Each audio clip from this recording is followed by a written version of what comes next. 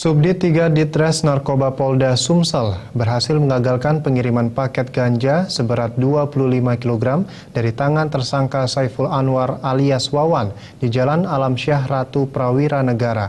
Dalam penangkapan tersebut, petugas tidak hanya mengamankan paket ganja asal Aceh, namun turut diamankan satu buah pistol rakitan dan 2 butir peluru.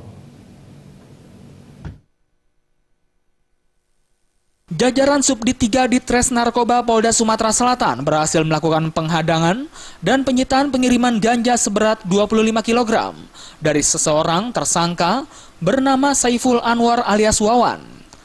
Penangkapan tersangka terjadi di Jalan Alamsyah Ratu Prawira saat hendak melakukan transaksi dengan polisi yang menyamar menjadi pembeli serta memesan ganja seberat 1 kg seharga 3 juta rupiah.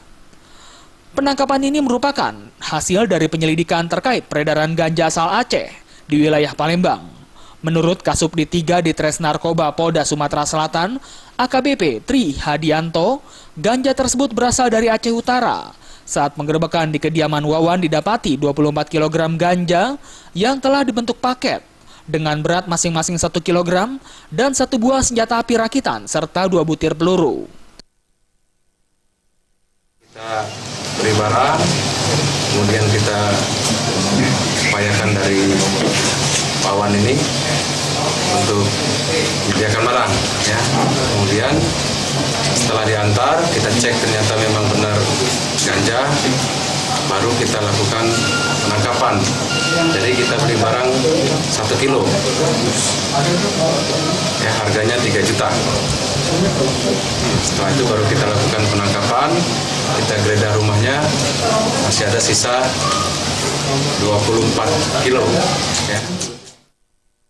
Sementara itu dari keterangan tersangka Wawan, dirinya merupakan pemain baru karena baru pertama kali menjual ganja. Menurut Wawan, dirinya mendapatkan ganja tersebut dari seseorang berinisial Y, warga Aceh Utara, dan rencananya ganja tersebut akan diedarkan di kota Palembang dan sekitarnya.